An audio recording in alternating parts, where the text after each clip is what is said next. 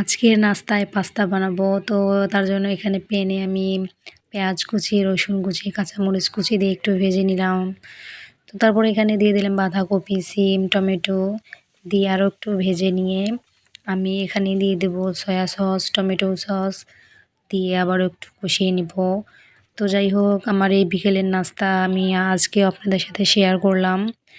তো তারপরে এখানে লবণ, হলুদের গুঁড়ো, একটু ধনিয়ার গুঁড়ো দিয়েছি। তারপরে চিলি ফ্লেক্স দিলাম। তো দেওয়ার পর আমি আবারও ভালোভাবে কষিয়ে নিব।